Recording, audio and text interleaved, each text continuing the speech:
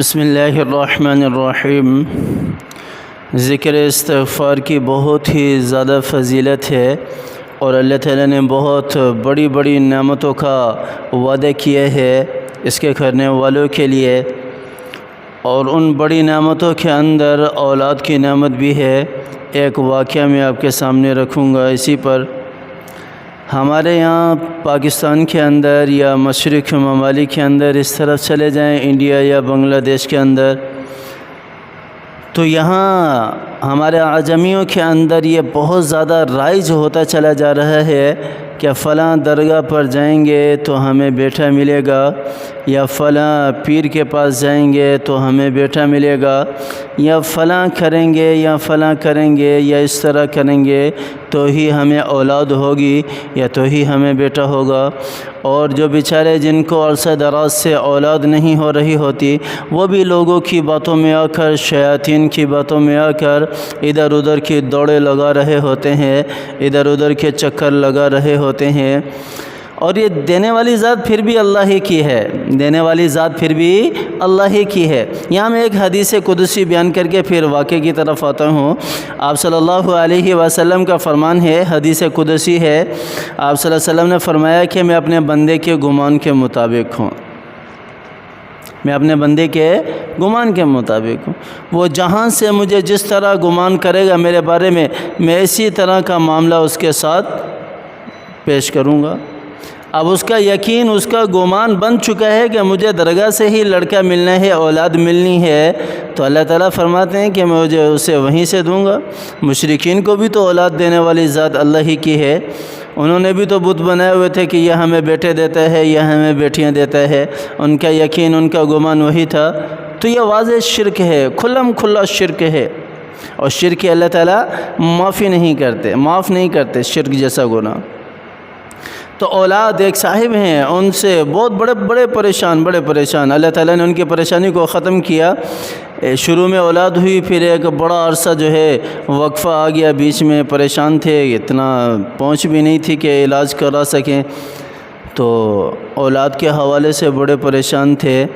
تو انہیں ذکر استغفار کا بتایا گیا، تو انہوں نے کثرت سے ذکر استغفار پڑھنا شروع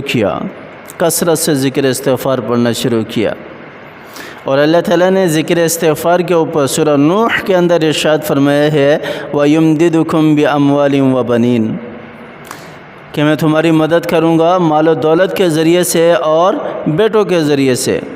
اللہ تعالیٰ نے الحمدللہ ابھی کچھ عرصہ پہلے ہی ان سے واقفیت ہوئی دوبارہ، تو انہوں نے کہا کہ الحمدللہ بغیر کسی علاج کے، بغیر کسی دوائی کے اللہ تعالیٰ نے جو ہے وائف کو حاملہ کر دیا ہے، اور الحمدللہ اللہ تعالیٰ کی طرف سے نعمت کی امید ہے کہ اللہ تعالیٰ اپنی نعمت سے نوازیں گے، اللہ تعالیٰ کی ذات اپنی نعمت سے نوازیں گے۔ اور یہ استغفار کی بدولت ہوا، دینے والی ذات اللہ ہی کی ہے، چاہے ذکر استغفار کرنے سے ملے یا نہ کرنے سے ملے، یا کسی بابے کے پاس جانے سے ملے یا کسی درگاہ کے پاس جانے سے ملے، دینے والی ذات اللہ کی ہے۔ لیکن جب اللہ نے قرآن پاک کے اندر ارشاد فرما دیا کہ فَقُلْتُ اسْتَغْفِرُوا رَبَّكُمْ إِنَّهُ كَانَ غَفَّارًا يُرْسِلِ السَّمَاءَ عَلَيْكُمْ مِدْرَارًا وَيُمْدِدُكُمْ بِأَمْوَالٍ وَبَنِينَ، اللہ تعالیٰ نے فرما دیا کہ تم ذکر استغفار کرنے والے بن جاؤ، میں تمہیں اولاد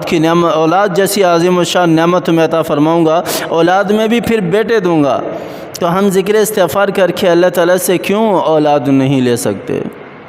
کتنا آسان سا عمل اللہ تعالیٰ نے بتا دیا ہے اولاد کے حصول کے لیے، اولاد میں بھی پھر بیٹوں کے حصول۔ بہت ساری ہماری بہنوں کے گھر اجڑ جاتے ہیں، بیٹا نہیں ہو رہا، ہمیں بیٹا چاہیے، اتنی بیٹیاں ہو گئی ہیں، ہمیں بیٹا چاہیے۔ یہ جو ہائی لیول کا طبقہ جتنا بھی ہے، ایک بیٹی ہو جائے دوسری بیٹی پر وہ طلاق دے دیتے ہیں، گھر سے نکال دیتے ہیں، عورت کو ذلیل اور رسوا کر دیتے ہیں، اور ذلت و رسوائی کا شکار بن جاتی ہے۔